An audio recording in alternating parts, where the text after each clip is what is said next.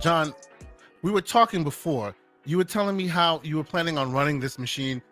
Like, how many resources do you currently have inside the task manager in addition to what you're running right now? Let's just so I have an understanding. I mean, I told you I wanted to show how versatile this. Just tell me the resource. I just want to know the resources. You ain't got to say anything else. Yeah, it's a resource. Task manager right now is going crazy. That's all I'll say. But it's all right. Real? Okay, but it's fine. Okay. It's fine. It can handle it. It can handle it. So, are you saying that this is your plan on moving forward and how you do this show with me? Is this how you? No, absolutely not. I still got my PC set up where we're gonna be doing this thing full time. This first episode, it's our first official episode. I'm so excited, but I wanted to show. So you wanted to do something monumental. I wanted to do something. Well, hold on. Don't even speak on it yet. Okay. You just wanted to do something monumental. Clearly. Yep. I wanted it to be a complete train wreck. No, to play. That's what I'm asking. So you wanted this to go back to episode 0, is what you're saying? Exactly. You know, because that's just how I roll. So I just so that everybody understands. Okay, we're running. Hold on. Before we get there, go ahead. Good evening, gamers. Welcome to the Playground, episode 1. Welcome to what we are affectionately calling the Gamers Playground. This is a PC-focused show that we're going to put together, that we're trying to put together, that we're basically putting together for the purposes of, I guess, like getting past the point of this crazy PC talk that we see in this community, right? We're trying to open and share the monolith known as PCMR, right? And showing people that it's approachable and let people be able to jump in on this, of course.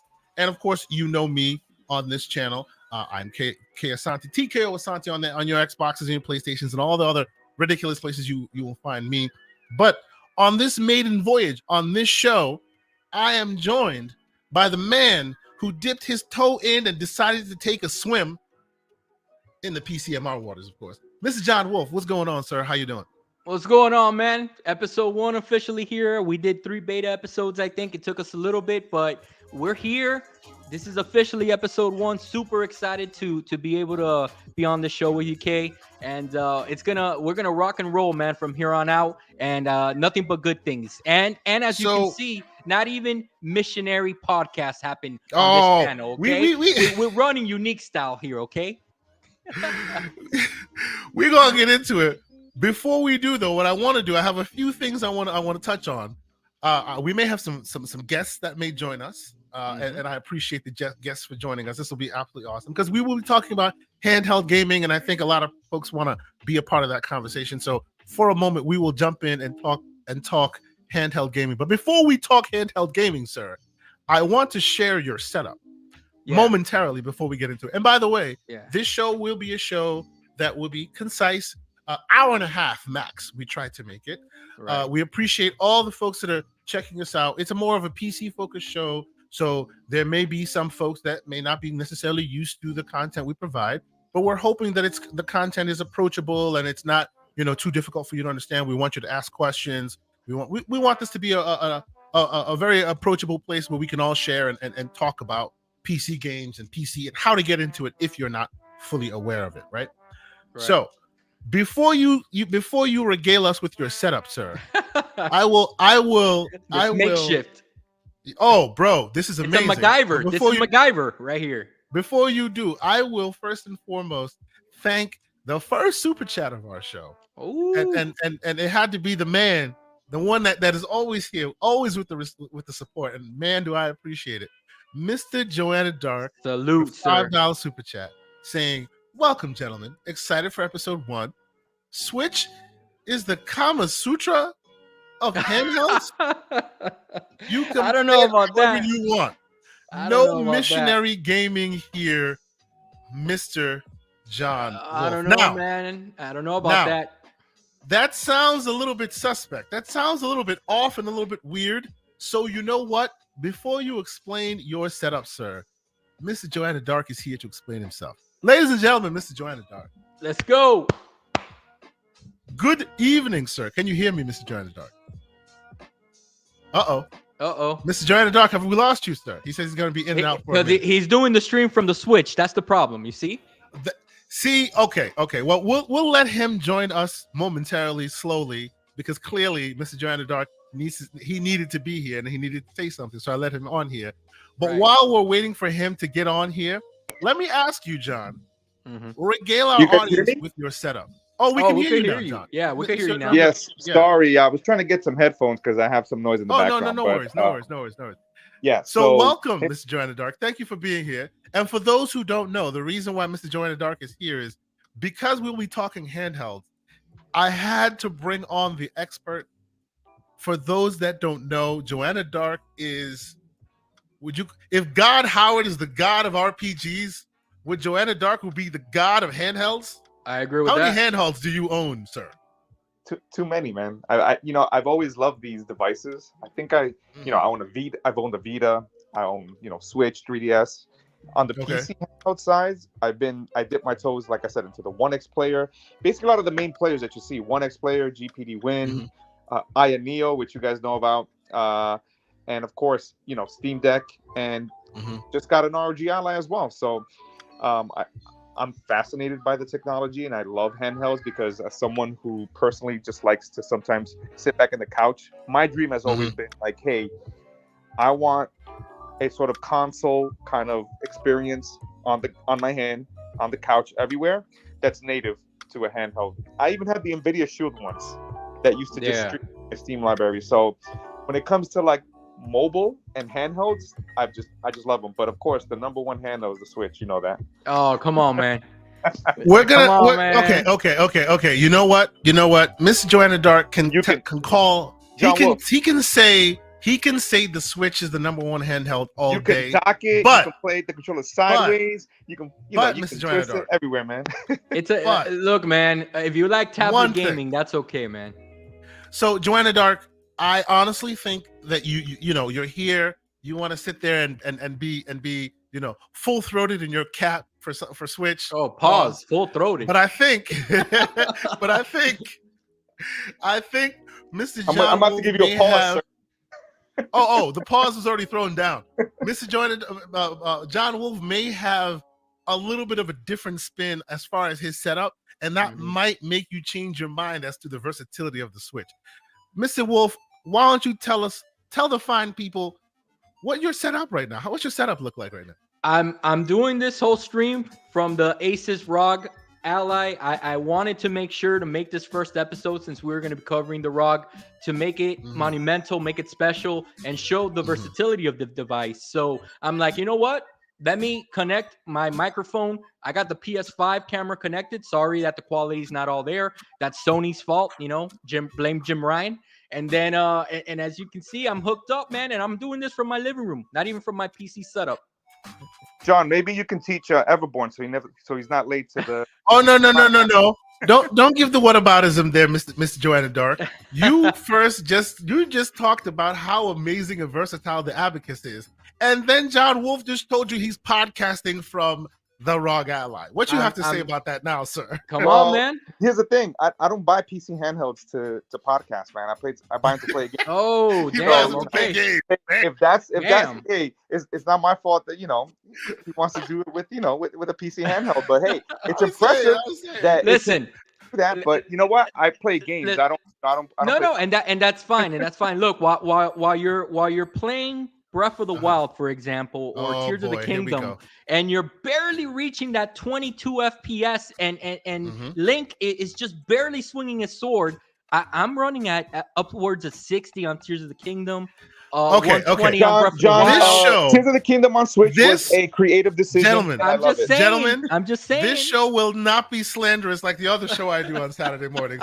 Why is it that every show I do ends up being slanderous? Is it me? I'm just saying, am I the common denominator for the slander? What's going on right now? Okay, look, let's get back on ball. Look, you got the John Wolf, enjoy PlayStation Home with your PS5 camera. Here we go. Listen, you got the Kato saying that you're podcasting from the Switch. which is why you got no picture, Mr. Joanna Dark. Because wow. Because the Switch, Okay. what kind of camera you got on there? I'm gonna give the Kato a timeout in the chat. I told him he's coming. But Okay, gentlemen, I'm doing it from the rein it Switch back app. in, ladies. Let's bring it back. Let's bring it back. Rein it back in. So it's really cool that you are podcasting from the ROG Ally right now.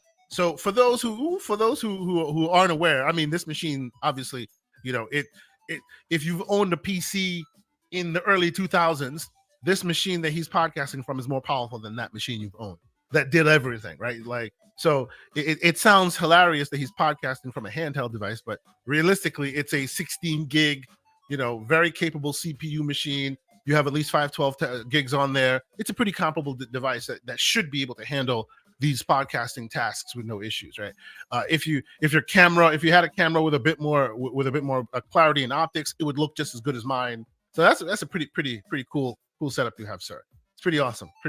I wanted to do it, like I said, I wanted to do it on this first episode. I'll be back to my PC starting episode 2, but just for this episode, I wanted to show everyone the versatility of the device. Okay. No, I appreciate that. And we're going to be talking for those who are here. We appreciate y'all being here. We're going to be talking about all things gaming, all things PC gaming. We're here for that. This will be a different episode than the different kind of style of episode, because we want to, you know, talk PC, answer questions in the chat, things like that. If you guys have any super chats, we'll read those out as well. Of course, you don't have to leave super chats. No big deal if you do. Thank you for being here, Mr. Joanna Dark. We want your opinions because we want to talk about the ROG Ally. It's fresh, it's new. We want to make sure we talk all aspects of it and potentially what you can do with it, as in podcasting with it, of course, right? But let's start.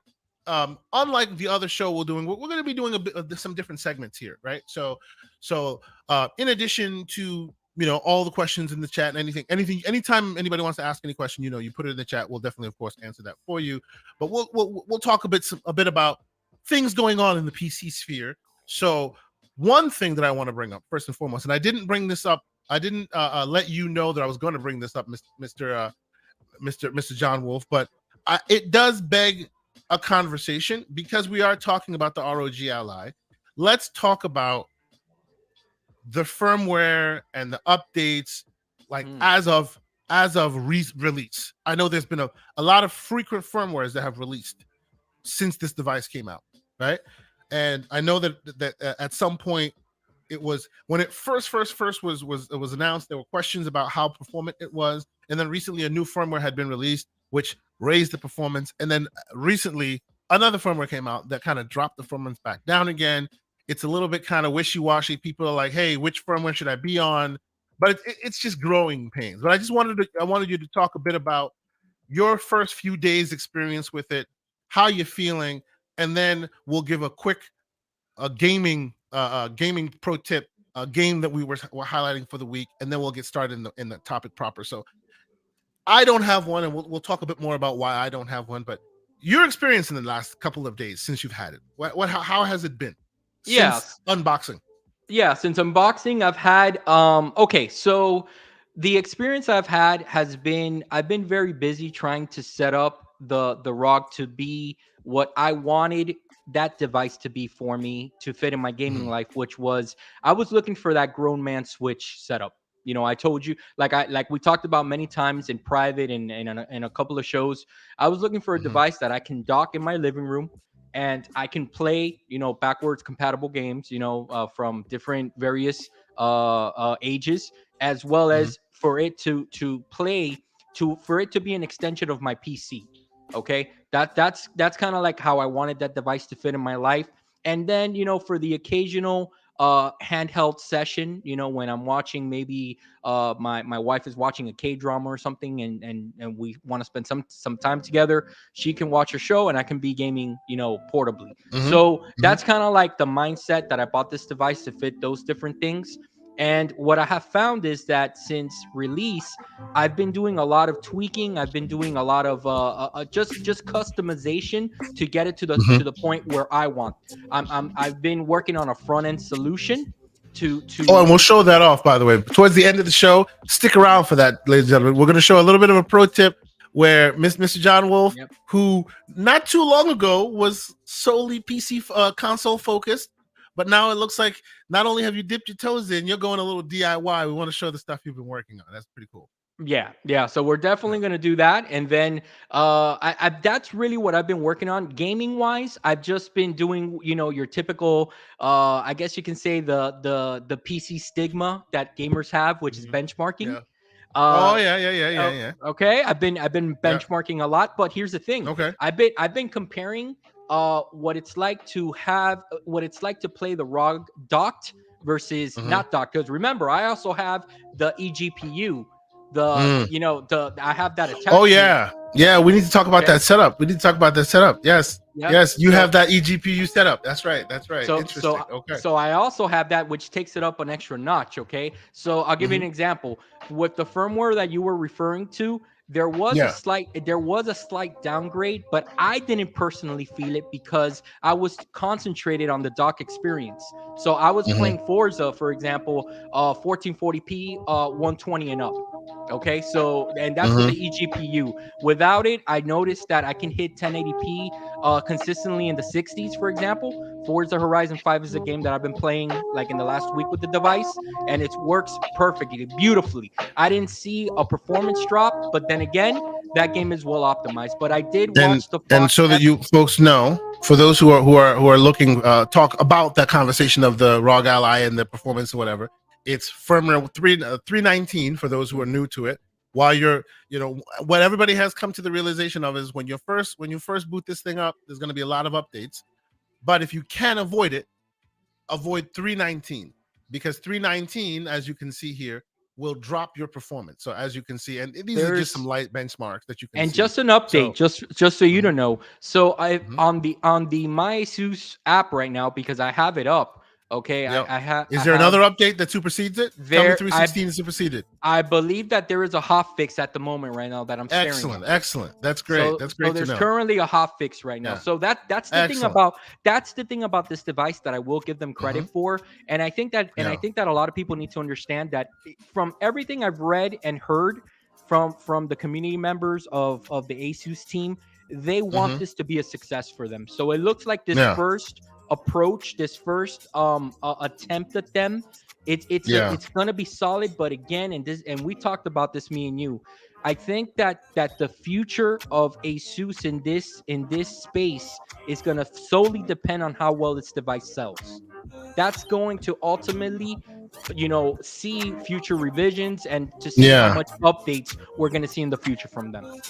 Excellent. So this is great then. So pro tip for all, if you have an Ally and you're new to this, if you're updating, and I'm sure you spent the first day, doing a lot of those updates and the firmware updates and whatnot and Windows updates and all that, go find the Armored Crate software, check for updates, and see that there's a new hotfix that should get you past 319 and get your performance back up to where it's supposed to be. That's good to hear. Awesome news. So let's move on quickly and have a quick pro tip chat, because I know you wanted to bring this up as far as PC. As far as the PC game of the week you wanted to talk about. I've not played this before, so you can tell me why everyone should be excited about it. This is a game called Alien Dark Descent. It's been out for a while. No. It releases. This is a new release, right? This is a brand new release that releases on June. I think is it June? Release date June 19th. So I think it actually came out today. And wow. Yeah, this is actually a brand new release that caught my eye because because asymmetrical camera reminded me of another Alien game. I thought maybe that's what it was. No, you're thinking about that third person that is kind of like a Left 4 Dead-ish, that type of game. But this is a brand new game that's coming out from Focus Entertainment is publishing it. Tindalos Interactive, which I don't know what they've really worked on in the past, but the reason that I caught my eye was because this is the type of game that I think that can be enjoyed on the ASUS ROG. It's a brand new title, so you can definitely push the system to its limits. And as well, I'm an Alien junk dude. I love Aliens versus Predator. You know, I got comics back here, Aliens versus Predator. So anything that has to do with the Aliens franchise, I go crazy for. And this is a game that it looks like it's very unique in its style because from what I understand, I saw some gameplay reviews today, and if you lose a team member, you lose them. That's it. They're done. So it's a very unique approach on the Alien formula, which looks very, very good. Yeah. I honestly thought this was one of the older titles that had, because I swear there's an older asymmetric Aliens game that like similarly looks now like this one. But like now that you look at it, you can definitely see there's modern sensibilities. It's definitely a brand new game. Looks pretty good. And you're absolutely right. It looks like it should play really well on the smaller handhelds. Now, my question though is, and that's what this will bring up an interesting thing, which, you know, some people might think I'm saying it for reasons, but how would this fare without touchpads? Because I feel like this is more of a mouse kind of a game. Like, is there a PC? Is there a console version of the game that there is it like geared towards controller really well? Because I usually find that these asymmetric ones play better on keyboard mouse. No. This game's releasing on console as well. I think that it was made. I think that this game was particularly made with console in mind. So I think that excellent. Yeah, I think that it's gonna play wonderfully on on the ROG and without the touchpads and stuff like that. And I know that if Everborn was here, he would be trying to say that you're trying to get one up on the Asus ROG compared to the Steam this Deck. is the thing, right? But it's not about that. It's not I'll say this, right, about these type of games.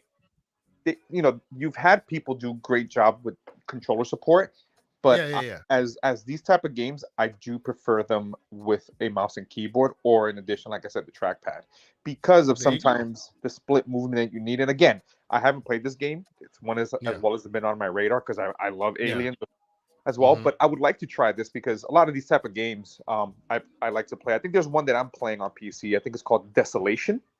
It's a new one that's similar, isometric, top-down point and click. So it's kind of like Dead Space meets Event Horizon on the PC. Nice. Okay. I think it might be the console, but it's currently at PC. And you control 3 different characters. And it's literally, I tried to play with the controller, but you can see that controller was kind of a second kind of option versus kind of built around the fact that you can tell they didn't spend enough time really honing the controller support. I hear you. Because of a lot of ways you have to click into things. So that's where I would say if you own a Steam Deck with those paddles, that would be a good type of game to play. But I think a lot of the times they've made good strides. Excellent. Now, the reason I ask about the paddles is because I play these days. What do you call it? My Steam Deck is where I play. Marvel's Midnight Suns.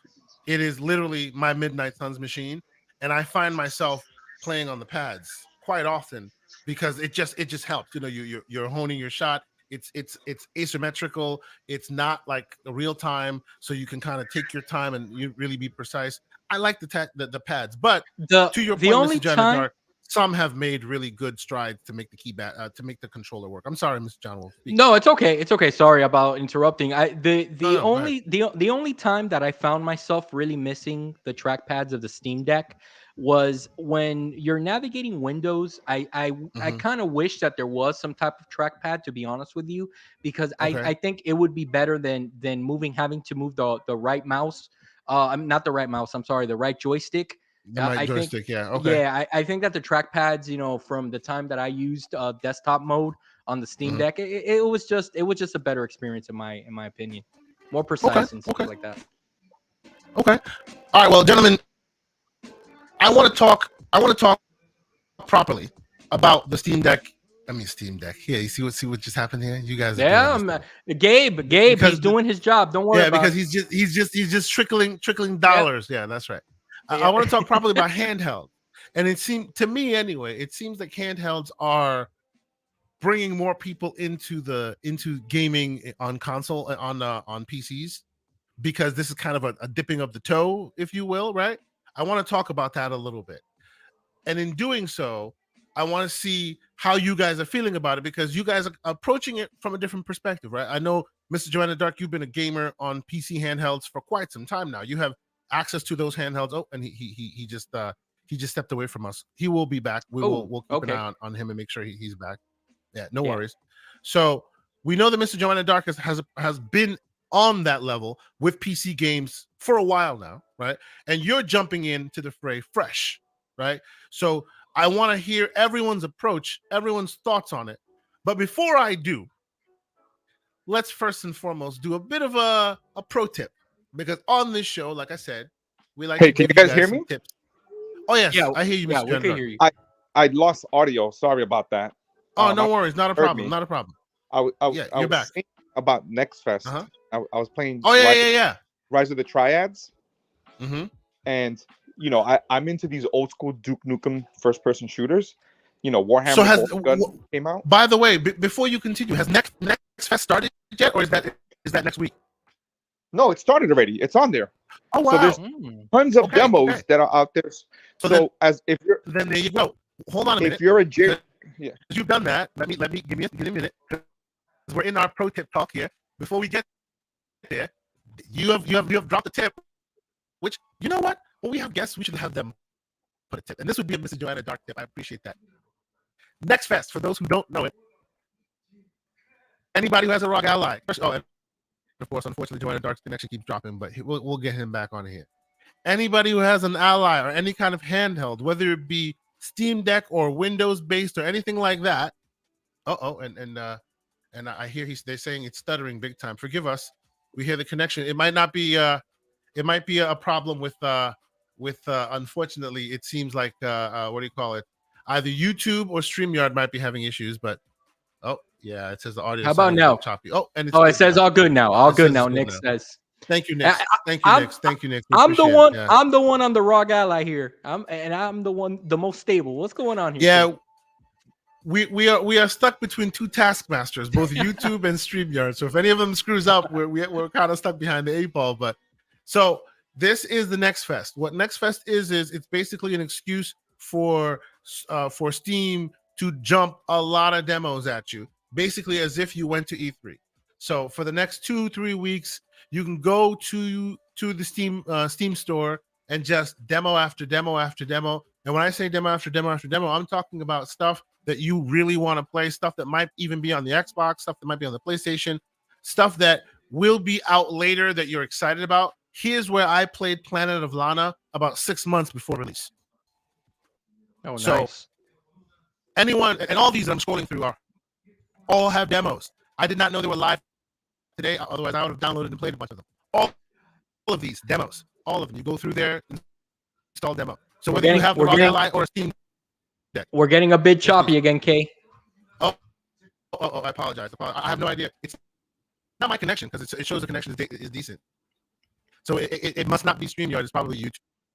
Apologies, guys. Yeah, there's not much we can do about it, unfortunately, because it's not really working well. You're good. You're good. Now you're good. Okay. Excellent. So if you have a chance to go check out Next Fest, lots of demos, very cool. You'll enjoy yourself. A lot of demos. I'm actually going to do that right after this show is done. That's one. Another pro tip from me, because I wasn't going to put this one in the mix, but I didn't know Next Fest was here this week. Another pro tip from me. If you have purchased your Steam Deck or your ROG, well, actually more than ROG Ally and Steam Deck, or any handheld specific device, look into these two pieces of software. They come free. One is called the Bulk Crap Uninstaller. What does the Bulk Crap Uninstaller do? You download it. It's free software. You install it to your handheld device. This is a Windows device. It will scan your Windows device and show you absolutely everything installed. So right from jump, if you're fresh on Windows, you install this thing. It shows you everything that came installed with Windows, including all the bad stuff that you might not want. And you can just go in there and uninstall them. That's huge. That's huge because what happens is that Windows, as we know, it's basically a resource hog, and that actually does kill performance and battery. So this right here is excellent. Yes. So just so folks know, if you have a chance to, whether you bought it new or you've had it for a while, if you have a chance to, go ahead, install this application. It's called Bulk Crap Uninstaller. Install it. Try running it. Free software. It will help you quite a lot. Also, if you're looking for software that you have a bunch of stuff running in the background, you don't know what to do, you don't know what's running right, what's not running right, what you can do is another website called Should I Remove It? Basically, you can check the task manager, anything you're unsure of, you don't know what it's called, you've seen something weird, you've never seen what it's about, you don't have to know a darn thing about it. Just type in the search field what it's called. It'll tell you what it is. Hey, this is good, this is bad, you should install it, you should install it. Really, really, really helpful stuff to keep your machine optimized, to keep your machine running well, as a handheld should. What do you think of this stuff, Mr. John Wolf? No, I think it sounds excellent. And the thing is that definitely I'll be using these two resources. I know that the sound, we are getting some feedback here. First of all, before I comment, please let us know if we're choppy. Yes. Yeah, before I comment on the on these two great tips, Mr. Joanna Dark had to leave. He had to get something done with the family, so he'll be back on a future episode. Kind of last minute there. He had to get something done. So thank you, Mr. Joanna Dark, for joining us for a few minutes there. And right now the sound is good, Kay. I don't think that there's any choppiness. They say it's only me. Oh, really? It's very strange. They say it's only me. Yes. So you know what? Because it is what it is, we are at a place. This is the first show. We're trying to clear out all the bugs and all the cobwebs. We'll get there. Simple. What we will do is they say that it's only me. So I'll jump out of the chat and jump back in. So for a real quick moment, let me bounce out and I'll jump right back in. Go ahead. I'll hold it down. Okay. Yeah, I'll hold it down. I'll talk. Yeah, I'm gonna comment on these two great tips that you gave, guys. The two websites that Kay just showed us I'm gonna be using it probably tomorrow. I'm gonna be checking that out because that's one thing that I have noticed being fairly new to the PC game. Anything that you can do to kind of free up your system, it's gonna improve your performance big time. Because I'll give you an example. When I first started gaming on PC, I was running if it's only yeah, thank you, Kirby. Appreciate that. There you go. Kirby Louise knows what I'm talking about. He's telling me I should be using my own tip because clearly my PC has bloatware on. You see, the thing is, if you would have gotten a ROG Ally, you could have been doing the show just like me, and we would have had a perfect seamless show. That's just playing. Thanks, appreciate it. Continue. No, man, no, just messing around. But what I was saying, Kay, is that I love the websites and the tips that you're giving, and I'm probably going to check those out tomorrow because one thing that I did realize, like, for example, I used to run the wallpaper app through Steam, with the wallpaper engine. Yeah. Awesome, awesome thing. Kills so much resources. Dude, it was horrible. So at first I was like, man, because at the time I first had a 3070.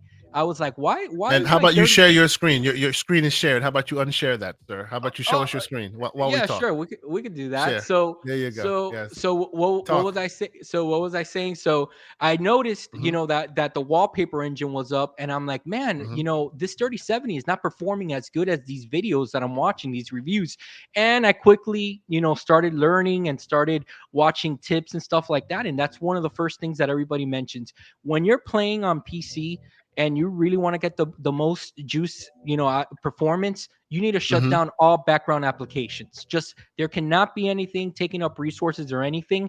And all of a sudden I did that. I stopped running wallpaper engine and all those apps, to make things look cool or whatever.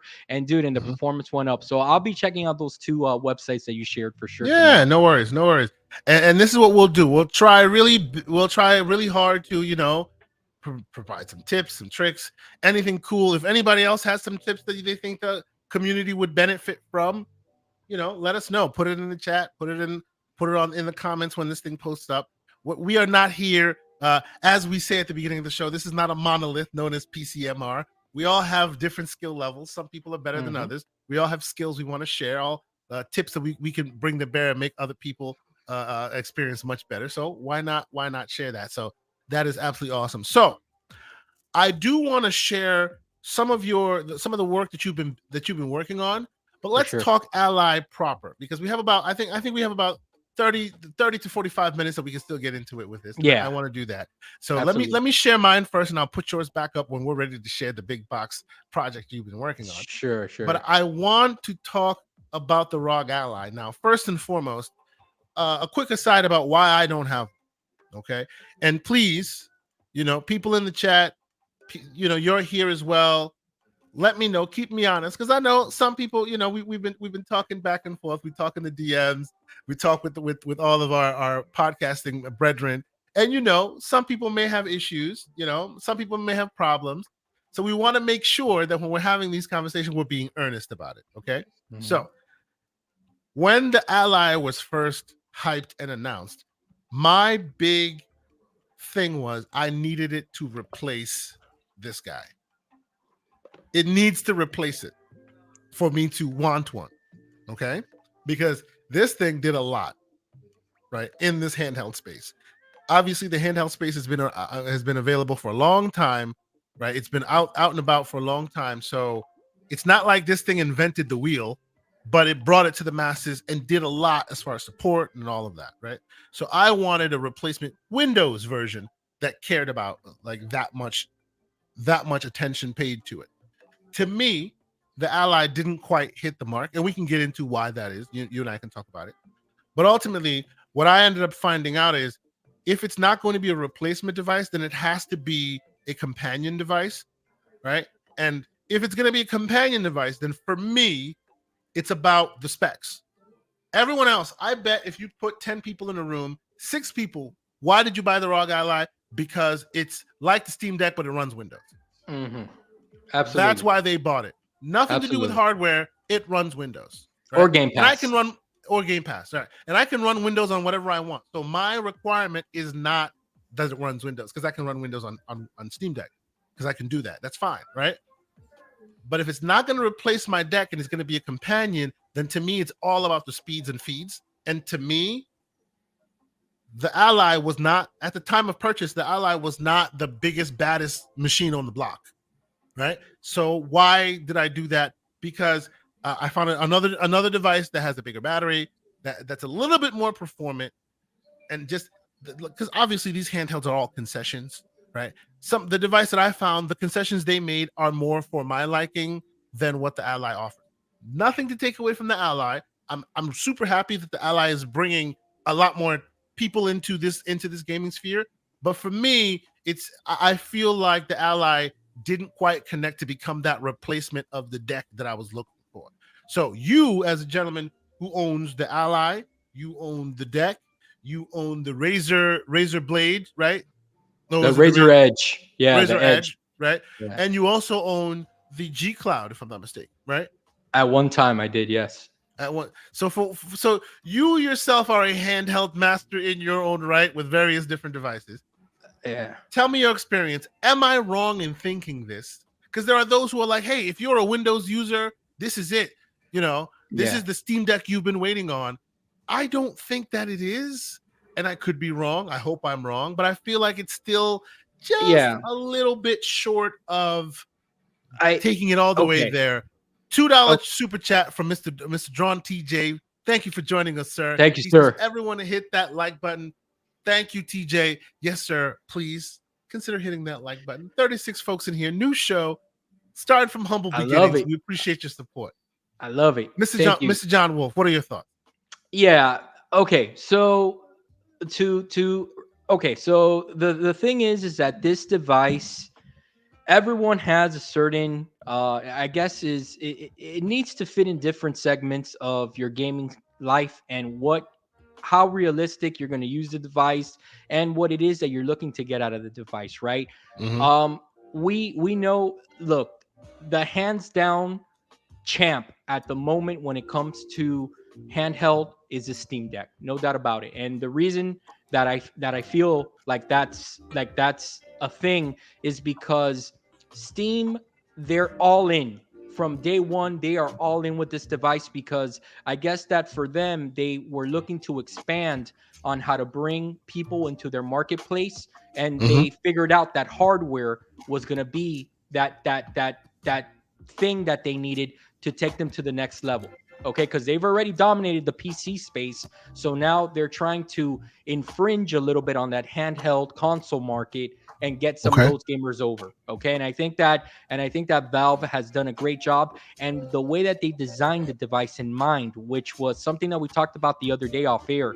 Battery is something that I think should always, going forward with all of these handheld manufacturers, battery should be first and foremost their most important thing on the table, and then everything else comes following after that, right?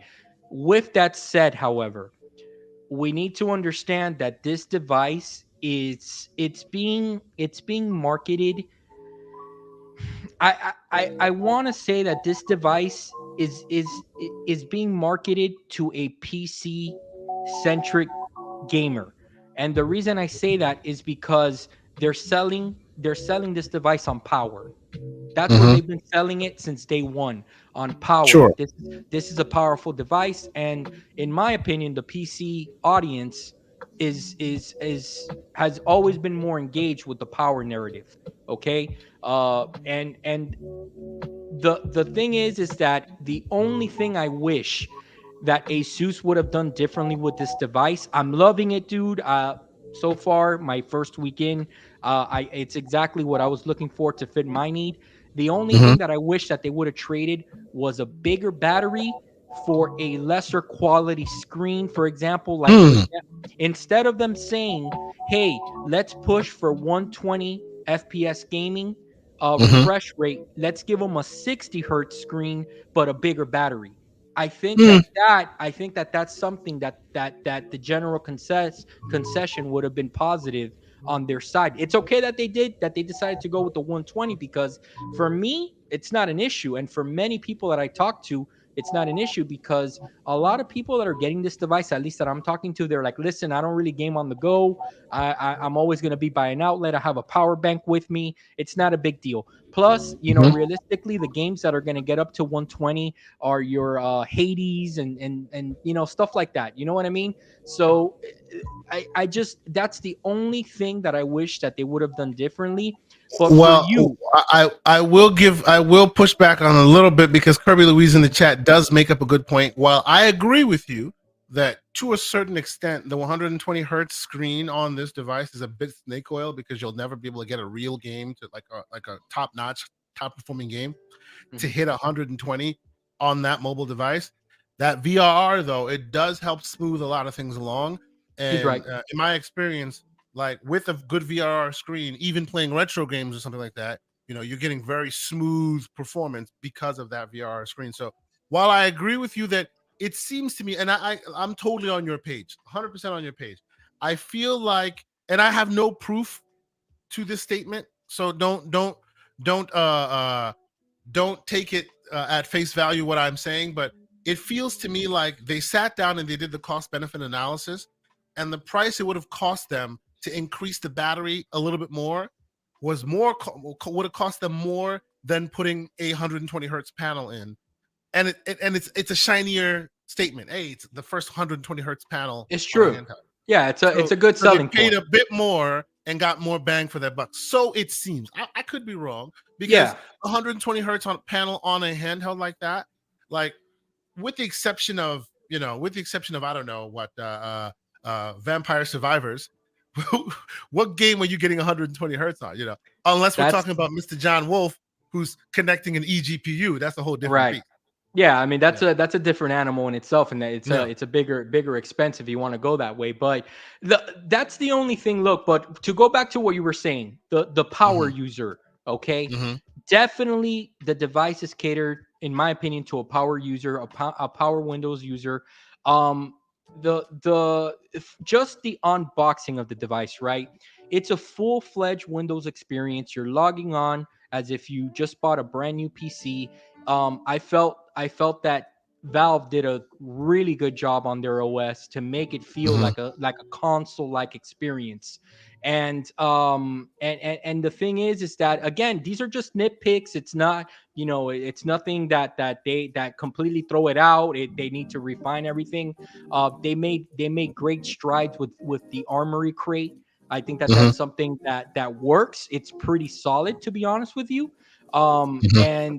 And the thing is that Asus did so many things right with this device that it's hard to really nitpick at things. And Yeah. anything that we would be doing here would be nitpicking, because they really went above and beyond, but they're not there yet. So they kind of are where the Steam Deck was when it first launched, which they needed to update and get there. That's where they're at right now.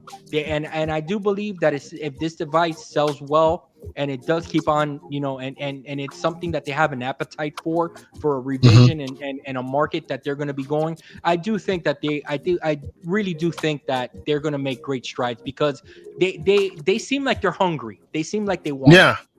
Yeah, absolutely, absolutely. On that, I completely agree with you. And by the way, I'm like super happy that this exists, because it seems like the combination of Steam Deck coming when it did, and ROG Ally coming now, it seems that that's a combination 1-2 punch that kind of opened up this handheld marketing, really, really getting some excitement in here. I see the man 108 Dragons TV. Salute to you, good sir. He's here. Facts. He's enjoying. Oh, yeah, there you go. There you go. He is enjoying his ROG Ally. He's really enjoying it. He says he doesn't really necessarily play too much on the go. He likes to keep it in the house. He's not too much of a portable gamer, but he's loving it.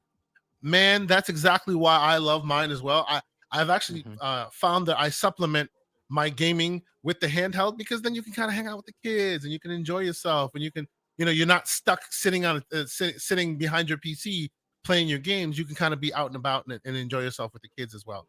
It's So, but it is kind of, because I see Lemon there. He did have a nice comment there of Doom 80 FPS in high settings. I did high try settings, Doom. yes. Yeah, I did try Doom Eternal, and that was a pretty surreal experience, sitting on the Bro, couch and playing that that on a is little one screen like that. experience.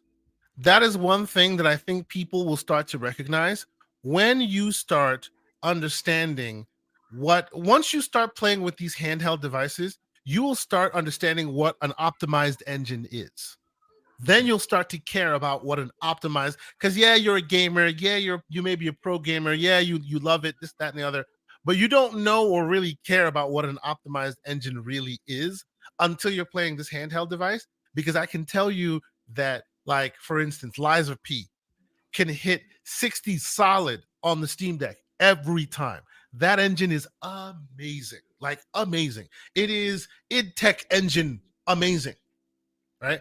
Doom Eternal, you can play that game. I've seen that game hit 300 frames per second on a 4090, right? Who needs 400 frames per second, right? I'll But it take can it. hit such high performance. It's so well optimized that You don't any need it, but I'll machine you take throw it. it at, when you throw it at any of these machines, it does so well. So, I have a feeling that as these handhelds come to market and are becoming more and more popular and people are starting to enjoy them more, you're going to start seeing lists like, what are the best optimized games on the market? Because those games are the ones you're going to want to play on these handhelds, Yeah. because they This will is be smooth as butter, this is a very solid outing by Asus, Mhm. man. Yeah. The ergonomics of it, that's something that we haven't Mhm. really touched upon.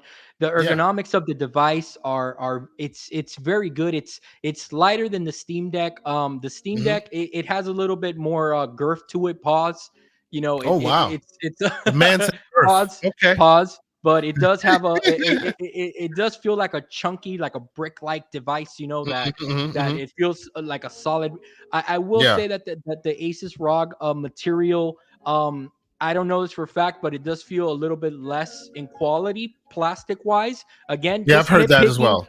Yeah. nitpicking, not throwing disclaimers out there. I'm just thinking of Mhm. just comparisons. Mhm. But well made.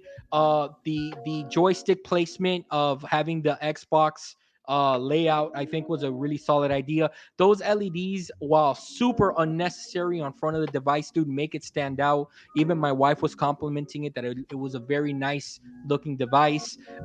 It's solid, dude, and it's a looker. It's a looker for sure. So it's I think that ASUS, man, put their best foot forward. With they put their I'm sorry.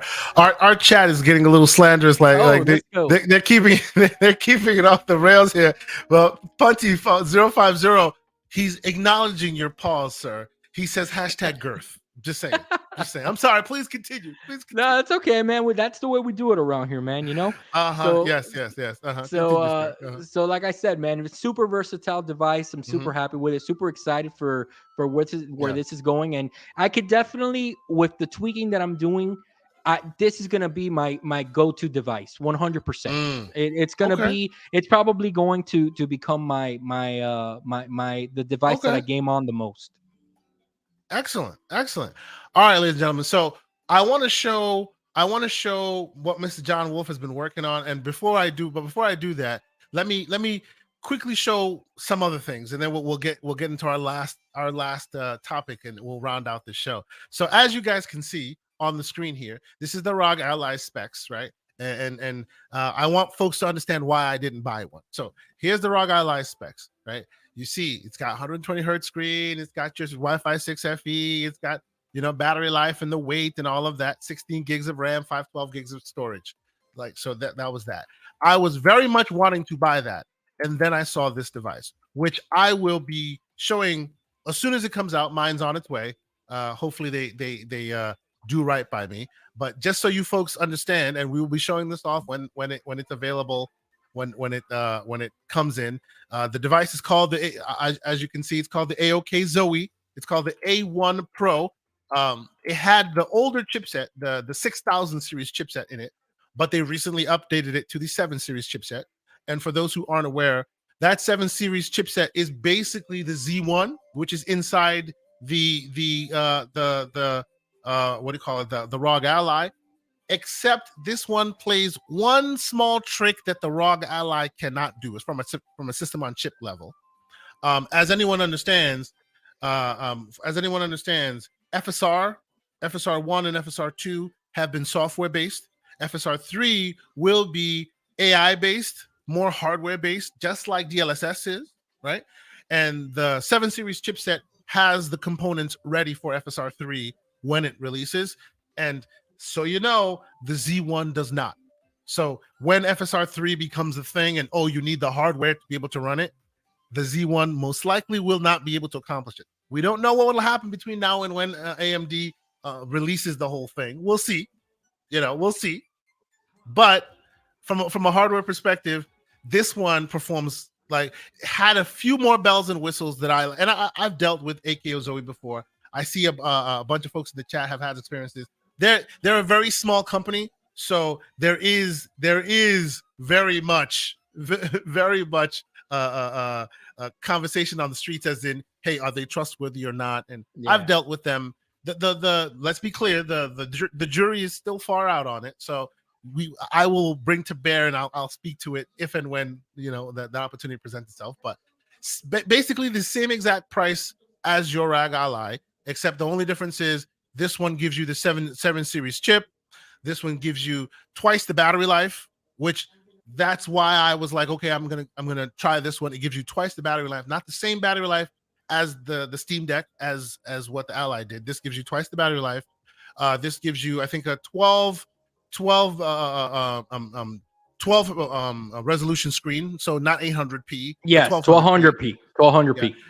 60 frames, not 120. So you do lose that. That's where the concessions lie, as we said. All these are concessions.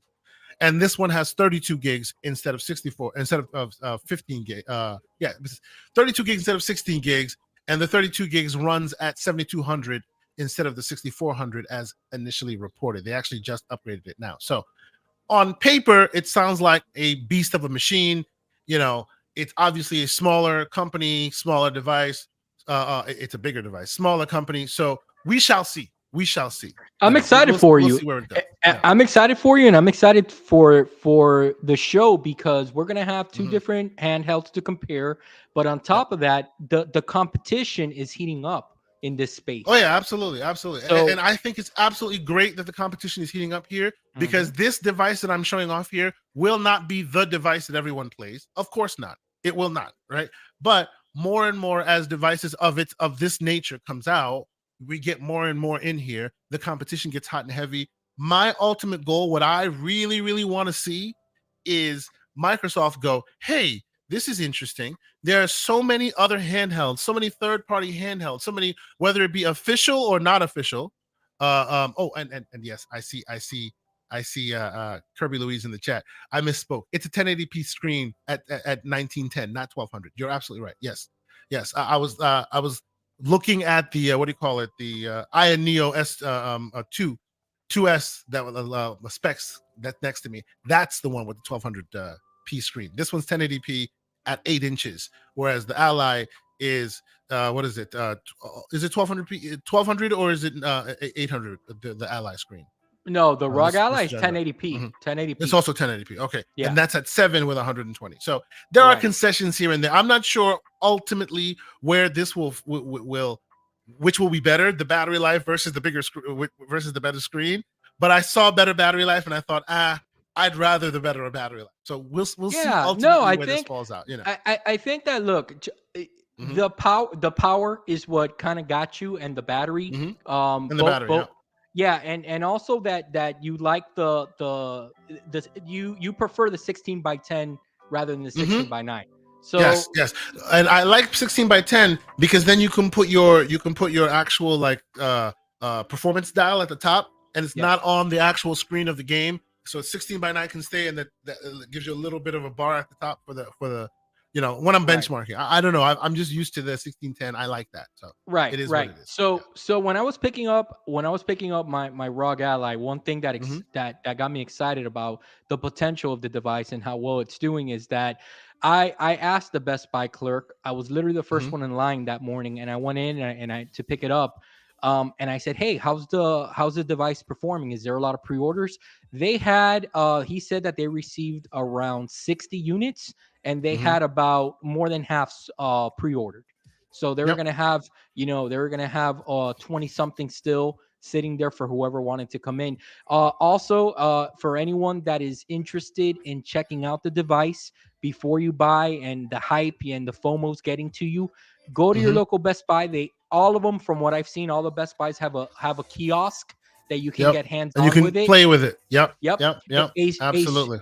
ASUS themselves, for any new users that are not well advised on the PC space, ASUS on their official website for the ROG Ally has recommended settings for the device on different games, on many of the popular games. Awesome. That's great to know. Yeah, so if you don't know how to mess with the settings and stuff like that, and you're tipping your toes, you can get well versed, as well as Retro Game Corps. We know their website. We know Russ does a great job covering that device. He has he just brought out a video with a full guide on how to set up your ASUS ROG and stuff like that. So this device, man, I've seen nothing but positive things on Twitter. People are hyped up. I think that ASUS has the big winner on their hands, man. So you know what?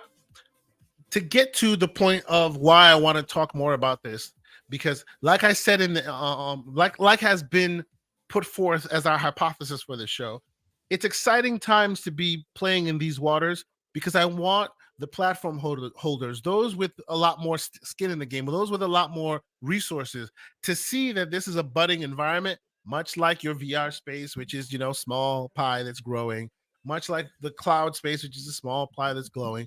We're talking about the handheld space, which seems to be growing exponentially as well.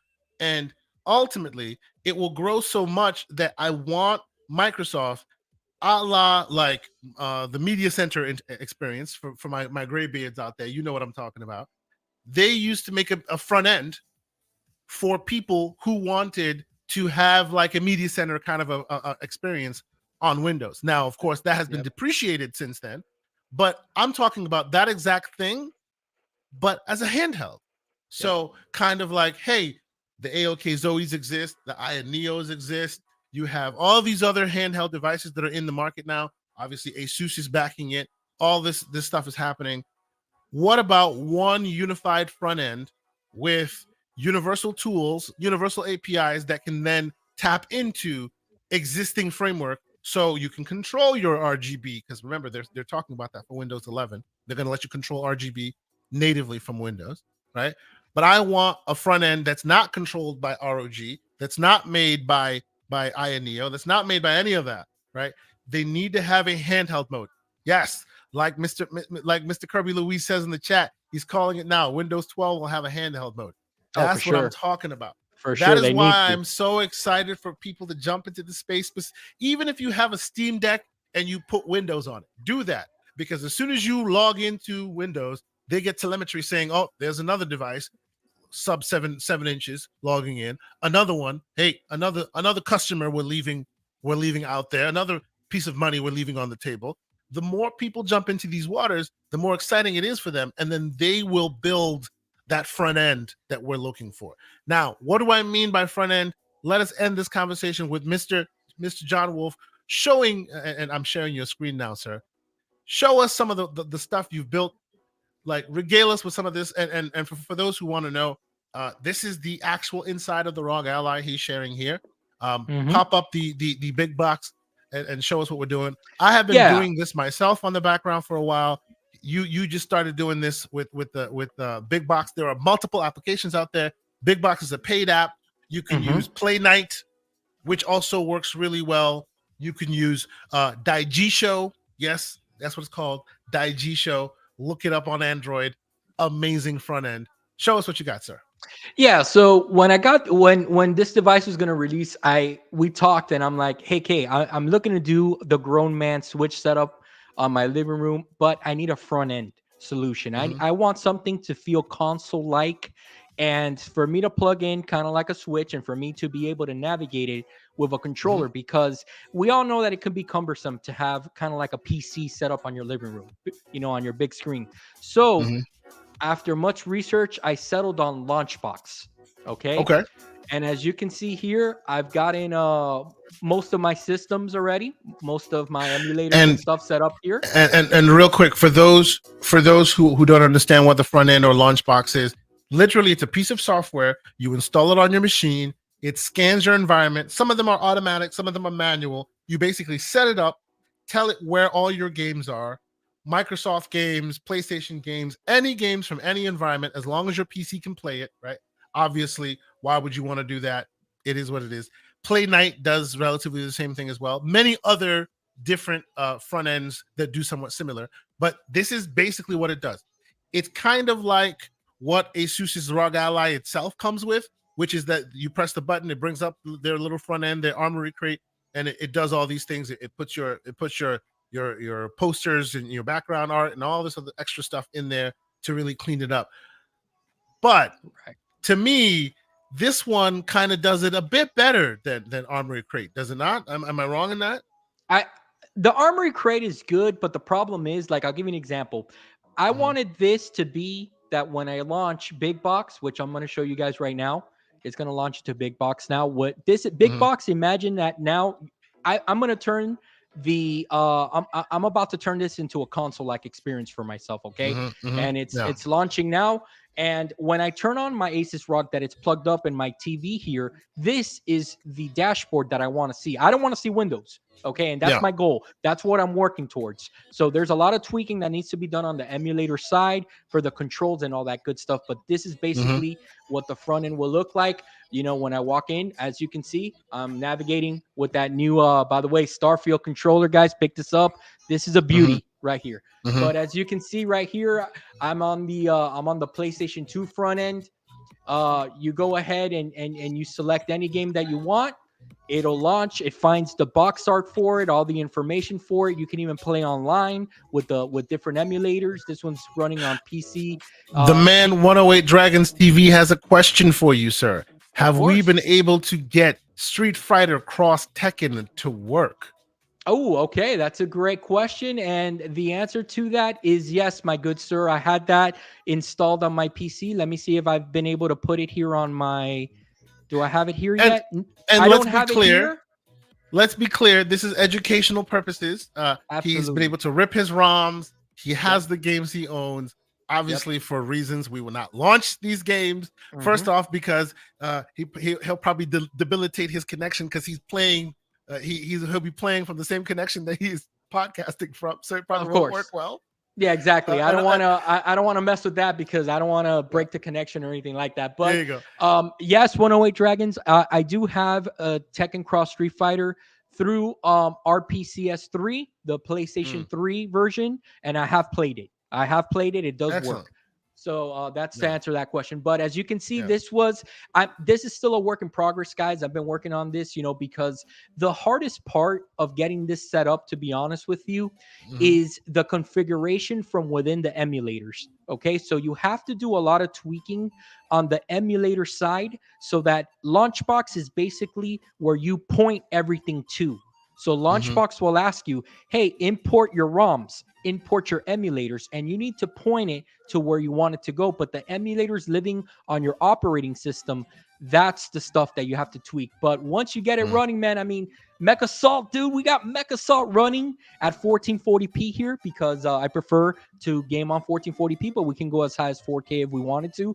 Mecha Salt 2, all the big hitters, man. So this is pretty much what I've been working on here.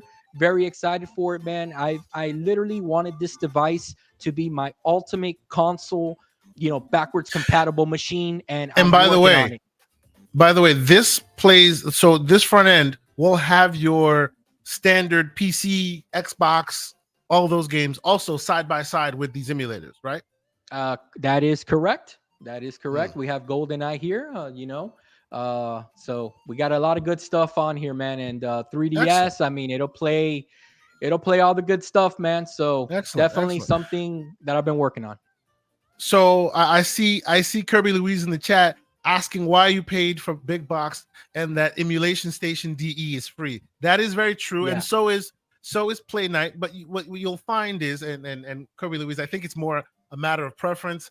I have Big Box as well. I also use Play Night. I've been using Play Night for many years. I have also used Emulation Station DE. I've used it as part of I've created like a RetroPie little retro console that runs Emulation Station as the front end. It's more about the config and how difficult it is. I find that while in my estimation, Big Box can do everything that Play Night can do, right? But it seems that Big Box, the front end and the configuration and the customization is a bit more streamlined than Play Night is. Now, is it worth the price of a license? That's your choice. Yeah, that's your choice. If you do work pretty nice. Yeah, if you do want like this Big Box experience right here, which is very console-like, as you can see, okay? It's like very console-like. This you do have to pay a license. You can pay a lifetime license. I think it's between $60 and $75, right? Something like that. I forgot how much it was, but you pay the lifetime license. It'll work on as long as you have that license in your folder, it'll work. And if Kirby Louise is right, you can go with Play Night if you want to do research and watch videos. Play Night, you can go with DE. Like there is a plethora of choice when it comes to these kind of front ends out there. Some of them you can set it up so that it plays video as soon as you start. It'll rip all the stuff from Steam or wherever else you want it to rip it from. It is very cool. Like, I know people spend their days just configuring this, making it work beautifully. I know this is a labor of love. What this is. Absolutely. I know a dude whose favorite thing to do is, look, I want to run it in Windows and never have you see that it's Windows. That's his goal, right? That's my goal too. That's what I think ASUS unfortunately missed in. Right? Yeah. You always have to somehow deal with Windows, whether you like it or not. And I'm not saying Windows is bad. I'm not saying Windows is wrong. I'm a Windows guy from way back. But the incumbent, the ruler in this game, being Steam Deck, has successfully accomplished the task of building a front end that keeps you within their walled garden and only lets you play in the desktop Windows OS, Steam, the Linux OS, if you so choose. If you don't want to, you can live within their walled garden and never see a desktop ever. Right. It's not exactly the same as how you can do it on Windows. I know that. But I also know that many companies have been able to modify Windows with Microsoft's assistance, of course. I was hoping that ASUS would take that Armory Crate software all the way and give you that level of experience where you can literally live in their walled garden and basically never see Windows unless you choose to. And that, to me, has not happened yet. Now, here's the thing. I haven't messed around with Armory Crate enough to see if, for example, you know how EmuDeck is also a great option because now Yeah. there's an EmuDeck Windows Windows version. version Yeah. that right now is in beta, which is also look up EmuDeck, guys. That's a great solution as well. But I haven't seen if Armory Crate, because I haven't had the time to do it.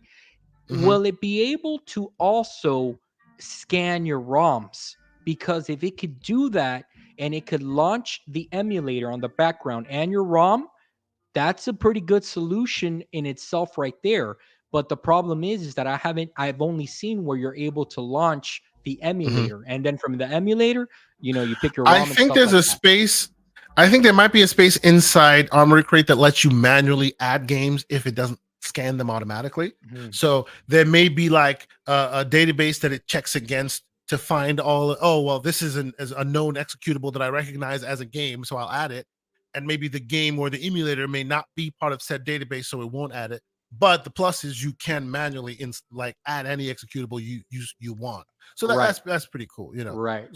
That at least is a plus. Now, the part of it that I still give them smoke for is, like, for example, Play Night, for example. When you're adding your library and you're scanning things in, you can choose to say, hey, add every Microsoft, like, let's say Game Pass, for example. Let's say everybody wants to use this machine as a Game Pass device, right? When you're using Play Night as your front end, you can say, hey, Play Night, add the entire Game Pass library, not just what I've installed. Add the entire library. So everything that's in Game Pass shows up on this device. But if I haven't installed it, make the poster gray and darker, right? So everything you've installed is colorful and you see it. Everything you haven't installed is gray. So when you boot up Play Night and you say, oh, I feel like installing this new game, you can hit install. And while you're still within the front end, it installs in the background, never taking you to the desktop, never showing you any of the install, this, that, and the third. It just goes from a gray poster to a colorful poster showing you it's now installed. Then when you hit play, it shows you a poster or a fan art clipping of that game, says loading, and then it boots into the game. Boom. So they've successfully been able to, like, from soup to nuts, from the beginning all the way to the end, you are not seeing Windows at all, which is a pretty big accomplishment in my opinion. It's a bit of a triumph. So, I'm hoping that companies like ASUS, who have, frankly, a lot more resources, will also be like, hey, we need to do this, right? We need to give you a front-end, end-to-end experience that makes an end user who may not be necessarily the best at Windows feel like they can still, traverse the whole thing and buy a game, play a game, do all the stuff without necessarily having to, oh, I have to open the app store. Oh, I have to open this app store. Oh, I have to go deal with this app. Oh, I have to go deal with that app. I feel like it's a bit of a gap. You're 100% right, and I do hope that ASUS keeps on, like, investing in the Armory Crate and make it, if they just kind of copy a couple of things from here and there, I think that they'll be fine. I think that they'll get there. Now, the one thing that I will say that that makes this so magical and so exciting for me, being on, because let's circle it back to the PC space of what has me excited for the PC space is when you have that aha moment of playing 50 Cent Blood in the Sand all of a sudden now at 60 frames per second. Okay. And now you just now you have a remaster of the game. And if you were to play it on your PS3 with your physical version, you're playing something that's stuck in time, and now you've brought up the game. So and you brought it to the new school. Yeah, absolutely. So to circle back, I mean, this is very exciting for me, man. This is the type of stuff that I like to work on. It's as a game enthusiast, the idea of having my whole library, not having to bring out my PS3, the Wii U and all that stuff. And not only that, but enhancing the games. Dude, this is something that I'm super excited about. It's a labor of love. But once this thing gets cracking, man, and I'm able to go from Zelda to Doom Eternal to Aliens Dark Descent, I'm going to be in heaven, man. One after another after another. No, I feel you on that. And that to me is the ultimate goal, right? It to me is the ultimate goal. And talking about feature upgrades, shout out to Mr. Joanna Dark, who was with us for a brief moment. He is the unabashed abacus hashtag Nintendo Switch stand. You know, those who hate Tears of the Kingdom's Master Sword breaking all the time. Yeah, these emulators allow you to put in a cheat, There's if you will, that stops the Master there. Sword from breaking. If you don't want Link to fall off the cliff because he didn't need a Yeah. cliff bar, then Mhm. there's a cheat for that as well. And There's for let that, me yeah. and let me just say, big. I see Dutch is off to Mhm. get some Oh yeah, sleep. yeah. I wanna shout out Dutch for the great graphics, man, and for the great intro and outro. Thank you so much, sir. We really appreciate it. The Wandering Dutch makes us look beautiful as always. We appreciate him. He's absolutely fantastic. Absolutely. Yeah, man, Yes. absolutely. Yeah. So yeah, I think we're gonna round it out at the bottom of this episode. I think that maybe with feedback from the chat, with feedback after this thing posts, if you guys want, we can do some episodes, maybe some tutorials, show you how to throw some windows on your machine, maybe like dig through the front end a little bit, show you how to get your feet wet with all these little things. This is more intermediate PC talk, not that entry level stuff. But it's not difficult. And once you jump in, and Mr. John Wolf, you can attest, you are not normally the tinkerer you have become. This is more new for you, Yeah. so Yep. you can do it. Anybody can, it's not rocket science. Yep. And I think more and more as we have these conversations, it might spur folks to maybe jump in and try it for themselves. What do you think? Absolutely. I think so. As long as you're passionate about it, man, and you have a goal in mind of what it is that you want, you can accomplish anything. And my goal with this device was for it to become my ultimate gaming device. And so far I'm getting there. Excellent. That's awesome, brother. I love to hear that. And we have a lot of plans for this show. We're talking about all the handheld stuff we're doing. There'll be more handheld talk as more handheld devices make themselves known. I'll talk about all the various freaking controllers I have. I have a million controllers, like a million me and one too. controllers. That's another first thing. party and third party controllers. Oh, I have a million controllers. That's and another I think thing. you do too as well. Yeah, that's with another your thing. retro controllers. I like me. I'm a stan when it comes to things like if I'm playing a GameCube game, I wanna play kind of like with a GameCube layout, etc. GameCube controller, yes, right. yes. So I've bought various controllers, 8BitDo, various companies, Retro Fighters. They make all great controllers to give you that nostalgic feel. So I really recommend those. Yeah. Oh yeah. I'm with you, sir. And I play on PC. Here's my old Steam controller. Oh, there you go. I play a lot of Steam controller games on there.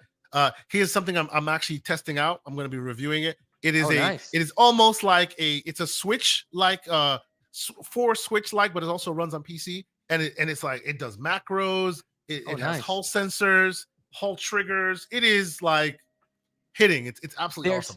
The potential of the show, guys, it's the sky's the limit here, and like I have so many questions for Kay when it comes to PC gaming, because being novice in here, like for example, right, we're going to be covering, guys, one of these coming weeks, VRAM and the importance of VRAM, because that is a hot debate right now in the community that I see. VRAM, the graphic settings, what do they mean? Because looking why do they matter as much? Why do console gamers not get those graphic settings? Exactly. Why is it? And I'll leave you with this one, because this one will trigger people. Why is it that chances are you will be able to get Starfield running closer to 60 on a handheld before you do a console?